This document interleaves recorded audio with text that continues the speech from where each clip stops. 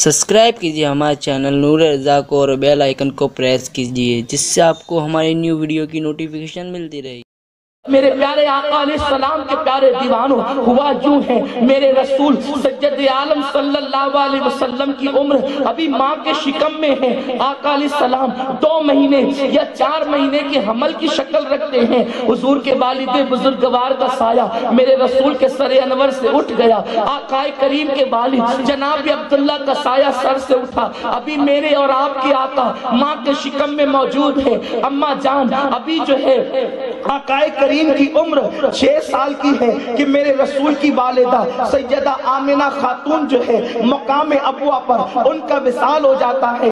میں اشارہ کر رہا ہوں تاکہ سیرت کا گوشہ ایک ایک گوشہ آپ کی نگاہوں کے اندر آئے۔ ایک بات لیکن یہ بھی بتاؤں، آج کل لوگ یہ کہتے ہیں کہ مزاروں پر جانا بدعت ہے اور قبروں پر نہیں جانا چاہیے۔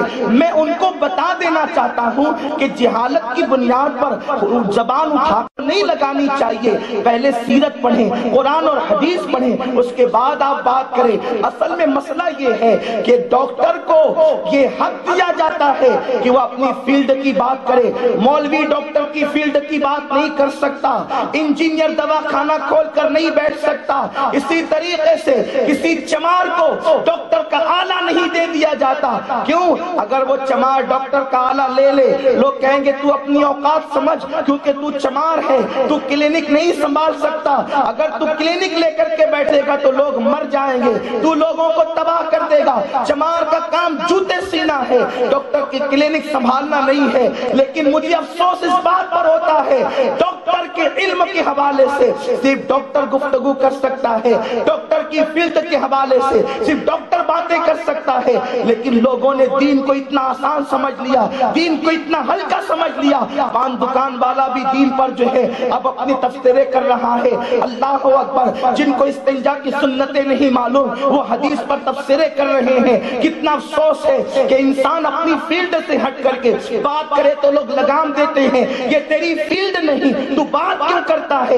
تو پھر لوگ قرآن اور حدیث کے معاملے میں آخر جاہلوں کو لگام کیوں نہیں دیتے کہ یہ تیری فیلڈ نہیں، تو کیوں بات کر رہا ہے؟ اس کا حق تو انہی لوگوں کو ہے جنہوں نے رات و دن جاگ جاگ کر کے قرآن کے علوم سیکھے ہیں، حدیث کے علوم سیکھے ہیں۔ کوئی علم والا جس نے واقعی قرآن پڑھا ہو اور قرآن میں یہ آیت پڑھی ہو، اِنَّا رحمت اللہ قریب من المحسنین، بے شک اللہ کی رحمت اس کے ولیوں کے قریب ہے، کبھی بھی بازار پہ جانے کا منکر نہیں ہو سکتا۔ جس نے حدیث پڑھی ہے وہ حدیث پڑھنے والا کبھی بھی ولی کے مزار پہ جانے کا منکر نہیں ہو سکتا۔ بات اتنی ہے، اب تقریروں کے لیے جہلا کو بلایا جاتا ہے جنہوں نے قرآن و حدیث کی بو بھی نہیں سونگی، اس لیے امت میں فتنے پیدا ہو رہے ہیں۔ آج یہ میں تمہیں بتاؤں، مزار پر جانا بدعت نہیں ہے۔ میرے آقا علیہ السلام کا زندگی کا پہلا سفر اگر ہوا ہے تو وہ ایک ولی کی مزار کی حاضری کے لیے ہوا ہے۔ کہ سیدہ آمنہ خاتون میرے نبی کی امی جان حضرت اللہ کے رسول سے کہتی ہے، مصطفیٰ کریم سے کہتی ہے، بیٹے محمد تمہارے والد اس وقت دنیا سے کوچ کر گئے جب ابھی تمہاری عمر میرے شکم میں ہی تھی، ابھی تم پیدا بھی نہیں ہوئے تھے، چند ماہ کے تم حمل کی شکل میں تھے، تب تمہارے والد دنیا سے کوچ کر گئے، تم نے اپنے ابا کی زیارت نہیں کی۔ بیٹے محمد چلو میں مدینے میں تمہارے والد کی قبر کی زیارت تمہیں کرا کر کے لاؤں۔ اب پتہ چلا حضور نے 6 سال کی عمر سے پہلے اپنے پیروں پر کوئی سفر نہیں کیا تھا۔ آقا کا زندگی کا سب سے پہلا سفر سیدہ آمنہ کے ساتھ ہے، اور وہ بھی مزار کی حاضری کے لیے، اور ایک ولی کی مزار کی حاضری کے لیے۔ حضرت عبداللہ نبی نہیں ہے، حضرت عبداللہ ولی ہے، میرے آقا کے والد ہے۔ حضور 6 سال کی عمر میں جا کر اپنے غلاموں کو زین دے رہے ہیں، میرے غلاموں ایک ولی کے مزار پر جانا مجھ مصطفیٰ کی سنت ہے۔ نعرہ تکبیر، نعرہ رسالت، مسلک اعلیٰ حضرت۔ سیرت پڑھو، آقا کی زندگی پڑھو، جہالت کی طرف نہ جاؤ، علم کی طرف آؤ۔ اور جب سیدہ آمنہ خاتون نے میرے آقا کو 6 سال کی عمر میں حضرت عبداللہ کے مزار پر لے گئی تو شوہر کا اتنا صدمہ ہوا کہ آپ پر بخار آ گیا، بیماری آ گئی، اور آپ جب لوٹنے لگی مدینہ منورہ سے تو اس وقت مقام ابوا پر حضرت سیدہ آمنہ خاتون بیمار ہوئی۔ میرے رسول 6 سال کی عمر میں اپنی ماں کے سرہانے بیٹھے ہیں۔ ماں کبھی اپنے بیٹے کو دیکھتی ہے اور کبھی بیٹا 6 سال کا اپنی ماں کو دیکھتا ہے۔ وہ معصوم پیغمبر 6 سال کی عمر میں ماں کو دیکھتے ہیں۔ حضرت آمنہ خاتون کی زندگی کا آخری فعل یہ ہے کہ حضرت آمنہ نے حضور سید عالم کے چہرے کو دیکھ کر کے یہ اشعار کہہ رہے تھے کہ میرا بیٹا معمولی نہیں ہے، میرے بیٹے کی شان یہ ہوگی کہ دنیا کے مشرق و مغرب میں اس کی عظمت کے ڈنکے بجیں گے۔ یہ 6 سال کے محمد عربی کو دیکھ کر، 6 سال کے ننھے سے پیغمبر کو دیکھ کر میرے نبی کی امی جان جناب آمنہ خاتون یہ شعر پڑھ رہی تھی، اور یہ شعر پڑھتے پڑھتے حضرت آمنہ نے آنکھیں بند کر لی۔ جب آنکھیں بند کر لی، میرے رسول نے پہلی مرتبہ جو ہے وہ کسی کی کو دنیا سے رخصت ہوتے ہوئے دیکھا تھا۔ 6 سال کی معصوم زندگی ہے، ننھی سی عمر ہے، میرے سرکار اپنی ماں کے سینے سے لگ کر پھوٹ پھوٹ کر رونے لگے۔ امی مجھ سے باتیں کرو، امی تھوڑی دیر پہلے جو کہہ رہی تھی کہو۔ اس وقت میرے رسول کی کنیز، میرے رسول کی والدہ کی کنیز جناب ام ایمن نے میرے نبی کے سر پہ ہاتھ رکھا، کہا بیٹے جو دنیا سے چلے جاتے ہیں وہ گفتگو نہیں کیا کرتے، اب ان کو قبر میں اتارنے کا انتظام کیا جائے۔ اس وقت میرے رسول نے اپنے ننھے ننھے ہاتھوں سے ام ایمن کو ساتھ لے کر ایک پتھر سے اپنی ماں کی قبر کھودی تھی، اور قبر کھود کر کے 6 سال کی عمر میں ماں کی قبر میں اتر کر ام ایمن کے سہارے اپنی ماں کو قبر میں لٹایا تھا، اور اپنے ننھے ننھے ہاتھوں سے مٹی روتے ہوئے دی تھی۔ میں آج بھی اس منظر کو یاد کر رہا ہوں۔ تصور میں ہم ابوا پہنچتے ہیں، آخر بتائے نا عرب کی ٹھنڈی ٹھنڈی ہواؤں نے مصطفیٰ جان رحمت کے معصوم چہرے پر جو 6 سال کی عمر میں موٹے موٹے آنسو رخسار پر ماں کی یاد میں آتے ہوں گے، وہ کس طریقے سے خشک کیے ہوں گے۔ یا رسول اللہ،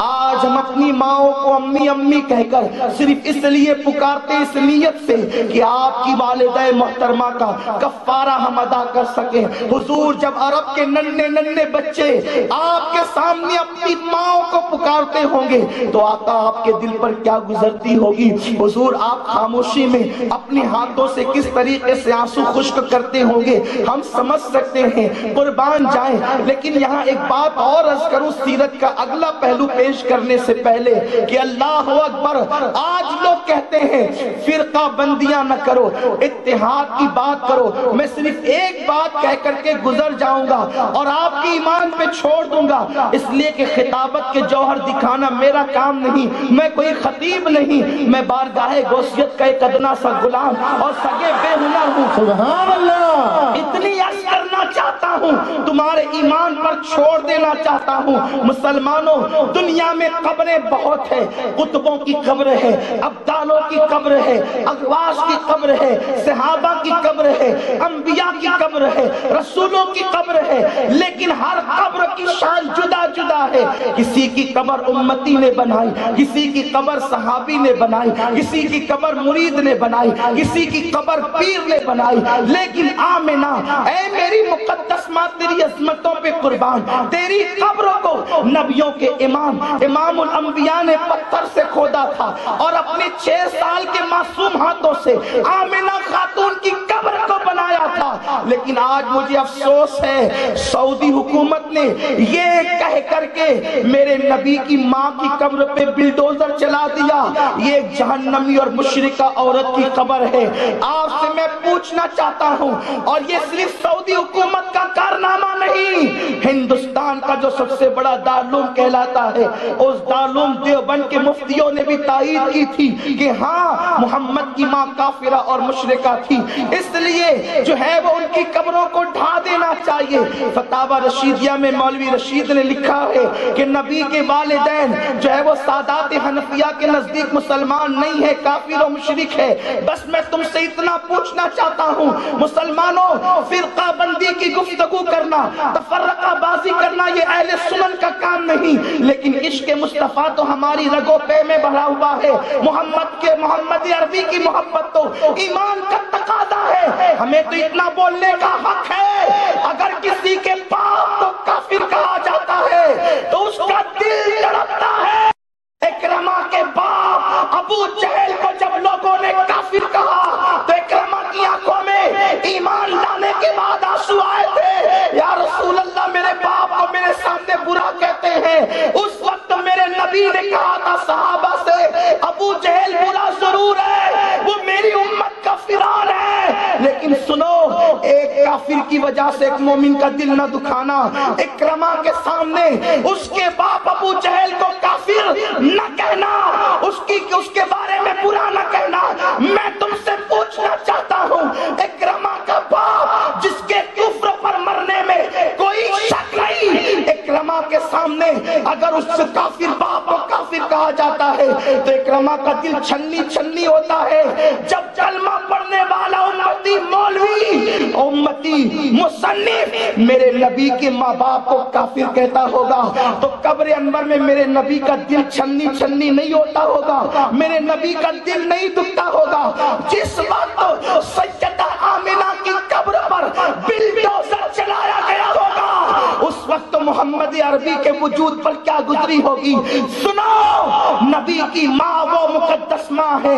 میں ساری دلیلیں تو نہیں دیتا لیکن تمہارے ذہن کے لیے ایک دلیل دیتا ہوں۔ اگر کوئی میرے نبی کی ماں کو کافرہ کہتا ہے گویا کہ وہ جہنمیہ کہتا ہے، کیونکہ کافر ہی تو جہنم میں جائیں گے۔ لیکن اتنا بتا دوں، سنو سنو، جب یونس علیہ السلام کو مچھلی کے پیٹ میں رکھا گیا تو میرے اللہ نے فرمایا جبریل جا اور سارے دریا پہ اعلان کر دے کہ کوئی مچھلی اس مچھلی کے برابر نہ تیرے، کوئی مچھلی نر اس مچھلی کے اوپر نہ چڑھے، کیونکہ میرا پیغمبر یونس اس مچھلی کے پیٹ میں ہے۔ ساری مچھلیاں اس کا ادب کرے اور 40 سال تک 40 دن تک کے حضرت یونس اس مچھلی کے پیٹ میں رہے، صرف 40 دن رہے۔ میرے نبی نے فرمایا کہ جنت میں مچھلی جائے گی تو ایک مچھلی جائے گی، جس کے پیٹ میں حضرت یونس رہے اس مچھلی کو اللہ جنت میں داخل کرے گا۔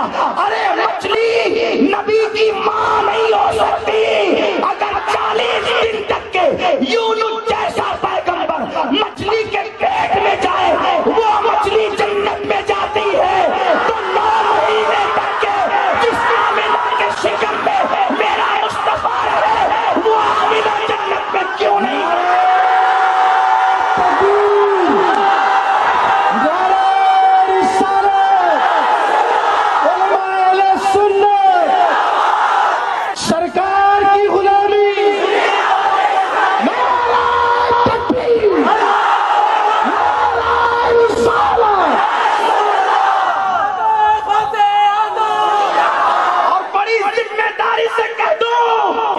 میرے نبی نے کہا جنت و تحت اقدام الامہات، جنت تمہاری ماں کے قدموں کے نیچے ہے۔ ارے نبی نے تیری ماں کو اتنا بلند کیا کہ جنت تیری ماں کے قدموں میں سمٹ کر رکھ دیا، اور تو اتنا ظالم نکلا کہ تو نبی کی ماں کے بھی جنتی ہونے کا اقرار نہیں کرتا۔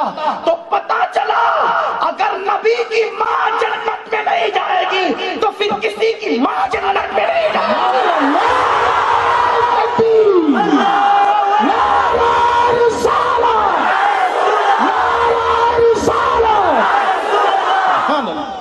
جس کے شکم میں رسول اللہ نے 9 مہینے تک جس کا دودھ پیا ہے، میرے رسول نے جس کی قبر اپنے ہاتھ سے بنائی ہے، تو پتا چلا یہ مسلکی جھگڑا مولوی کا نہیں ہے، رسول اللہ کی محبت کا ہے۔ حضور سید عالم کی محبت کا ہے۔ آپ کے ایمان پہ چھوڑتا ہوں، یہ میرا عنوان آج نہیں ہے، مجھے تو عشق رسول پہ گفتگو کرنا ہے جو میں دعویٰ لے کر کے چلا ہوں۔ حضور ہے ہی ایسے جس نے دیکھا پیار کرنے پہ مجبور ہو گیا، مجھے تو یہ ثابت کرنا ہے۔ لیکن ایک بات عرض کروں گا، آج جو یہ بات کہی جا رہی ہے نا، بس میرے نبی کی ماں کو کافر کہا گیا، میرے نبی کے والد کو کافر کہا گیا، کوئی بے غیرتی امتی تو اس پہ چپ رہ سکتا ہے، لیکن جس کو نبی کی شفاعت پانی ہو، جس کو رسول اللہ کے ساتھ جنت میں جانا ہو، وہ خاموش نہیں رہ سکتا۔ ہم اکیلے رہ جائیں گے لیکن ان عناصر کے خلاف احتجاج ضرور کرتے رہیں گے جنہوں نے ہمارے نبی کے ماں باپ کو گالی دی ہے، اس لیے کہ بیارو ہم اتنا ظرف رکھتے ہیں، اگر تمہیں شوق ہے گالی دینے کا تو ہمارے ماں باپ کو گالی دے تو ہم برداشت کر لیں گے، اتنا ظرف رکھتے ہیں۔ لیکن نبی کی ماں پر گالی، وہ بھی کفر کی گالی، جہنمیہ کی گالی، شرک کی گالی کیسے گوارا کریں گے؟ بس اپنے نوجوان سے کہہ دیتا ہوں اتنا، اب تمہارے ایمان پہ چھوڑتا ہوں۔ نبی کی ماں کو جس نے فتاوی رشیدیہ میں کافر کہا، نبی کے والد کو جس نے فتاوی رشیدیہ میں کافر کہا، اب تم انہیں مومن مانو تو مانو، یہ تمہارا اپنا فعل ہے، لیکن اتنا سن لینا، کل قیامت میں رسول اللہ کی بارگاہ میں عام عوام جاہل ان پڑھ سب کو جانا ہے، حضور تیرا گریبان پکڑ کر پوچھیں گے اسی کے پیچھے نماز پڑھتا تھا جس نے میری ماں کو جہنمی اور کافر کہا تھا، اسی کے ساتھ چلتا تھا جس نے میری امی کو گالی دی تھی اور قبر انور کو شہید کرنے کا پلان پیش کیا تھا۔ بس آپ جواب دینے کے لیے تیار ہے، وہاں میں نہیں آؤں گا جواب دینے، میرا جواب مجھے دینا ہے، آپ نے اپنا جواب دینا ہے۔ ہمیں کسی کی خوشی نہیں چاہیے، ہمیں محبوب خدا کی خوشی چاہیے، اس لیے کہ اللہ کو راضی کرنے کا واحد ذریعہ یہ ہے کہ اس مصطفیٰ کو راضی کر لو جس کی رضا اللہ چاہتا ہے۔ سبحان اللہ، سبحان اللہ۔ کا فتردہ، اور میری ماں کو کوئی برا کہے تو میں اس سے خوش نہیں رہ سکتا، آپ کی ماں کو کوئی برا کہے آپ خوش نہیں رہ سکتے۔ یارو حضور کی ماں کو کہا گیا، آپ کو اگر کتاب دیکھنی علماء بتا دیں گے، بہرحال آپ کے ایمان پہ چھوڑتا ہوں تو 6 سال کی عمر میں میرے رسول نے ماں کی قبر انور بنائی، حضور چلے اور جب ماں یاد آئی حضور روئے۔ اس کے بعد ایک وقت وہ آتا ہے، ابھی میرے رسول کی عمر اور بڑی ہے، تو ایسا ہوا حضور ایک جنازے کے پیچھے روتے روتے چلتے ہیں، بہت روتے ہیں۔ آج جو ہے حضور کو ماں کا غم بھی یاد آیا، باپ کا وصال بھی یاد آیا۔ اس جنازے کے بارے میں کسی نے پوچھا یہ کس کا جنازہ ہے کہ ایک ننھا سا عرب خوبصورت بچہ بڑی تیزی کے ساتھ روتے روتے چلتا ہے، تو کسی نے اشارہ کر کے کہا یہ اس بچے کا دادا ہے عبد المطلب، اسی کے وصال پر یہ بچہ روتا ہے، اس لیے کہ ماں اور باپ کے وصال کے بعد دادا نے پرورش کا حق ادا کیا۔ اب جناب عبد المطلب کی وصال کے بعد جو ہے میرے رسول کی پرورش جناب ابو طالب کے ذمے پر آئی، حضرت ابو طالب نے میرے رسول کی پرورش کا ذمہ لیا، لیکن